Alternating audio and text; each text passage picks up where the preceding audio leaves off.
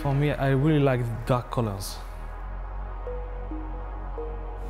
Oh, it's such nice detailing. The smell is cool. Everything is cool in this car. Maybe this one? Can you see? The logo, everything.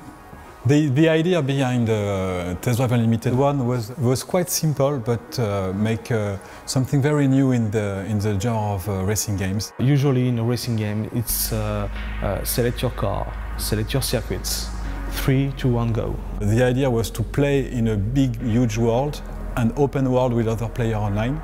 I mean, that was a big game. It was like 1,600 kilometers of road in that one. In fact, we've still had like 180,000 logins every single month to that game. It's like 4 years old. We haven't released any DLC for 2.5 years. And people would come back every single day and play it. And this, I think, is what we achieved in the first test drive. With this game, we've really just exploded everything that was great about that game, looked at how people played that game and done a whole lot more that we just know that nobody else is talking about.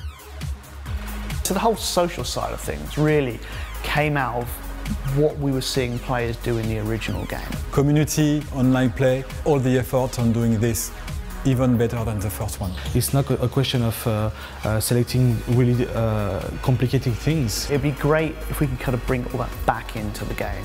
It's about being immersed. Being able to live the life of somebody who can afford to buy these cars, who can afford to drive these cars. So it's everything around it as well. It's the houses, it's the yachts, it's the beautiful people, it's all the things you do with that lifestyle. For me, it was really the possibility to develop the social aspects of the game. Really, how can players be together and play this incredible game in this open world with the beautiful cars? Now you can go walk around, look at the car, talk with your friends because it's fully online, and talk about how great are those cars.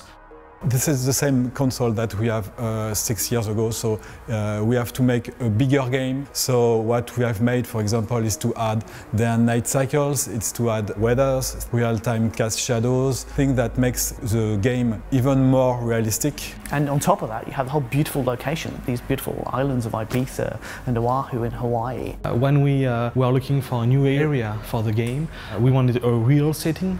And we were talking of all that elements, what will be cool, what is high life, talk about money, talk about beautiful cars, talk about parties, and we all look each other and we think Ibiza is the right place to do that. We had a contact over there, basically, a guy called Rafa, who's a lawyer on the island, works with the government, is a big gaming fan.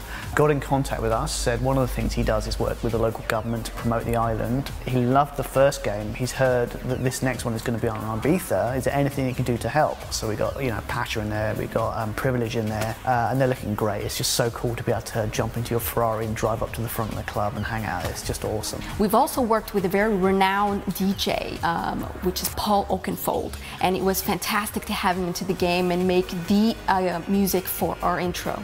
Making this game, on the journey of making this game, have been a tough and a really difficult one, but I think it was worth it. I remember that in the development of TDU 1, many of the developers, when they were debugging the program, they start to play, they start to drive, and sometimes they spend 15 minutes just driving and asking what I was making, what I was searching for in the game. This is the magic of TDU. I feel excited.